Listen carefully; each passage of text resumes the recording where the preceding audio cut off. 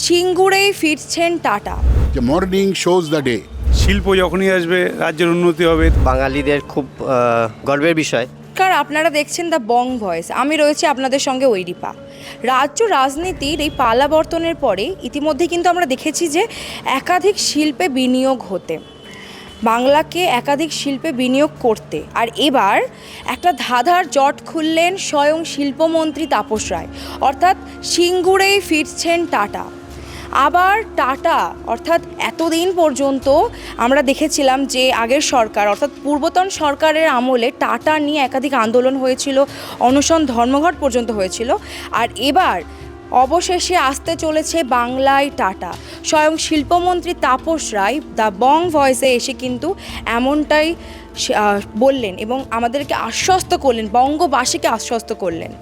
আর এই মুহূর্তে আমি দাঁড়িয়ে আছি বালিগঞ্জে। চলুন বালিগঞ্জের মানুষ সিঙ্গুরের এই টাটা ফেরা নিয়ে কি বলছে শুনে নিই।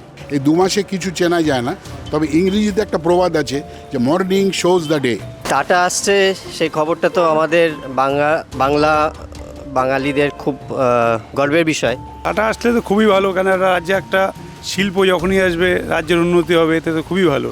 টাটার মতন একটা সংস্থাকে আমাদের বাংলা থেকে তাড়িয়ে দেওয়া হয়েছিল একসময়, যেটা একেবারেই গ্রহণযোগ্য ছিল না ব্যাপারটা।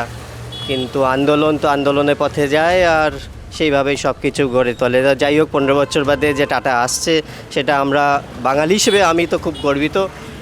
এর ফলে প্রচুর অর্থনীতির চেঞ্জ হবে, মানুষ কাজ পাবে। মিৎসুবিশি আসছে, আপনার সম্ভবত ফিলিপিন্স থেকেও আসছে, অনেকেই কথা দেবে, আসবে, তারা অনেকেই আসবে।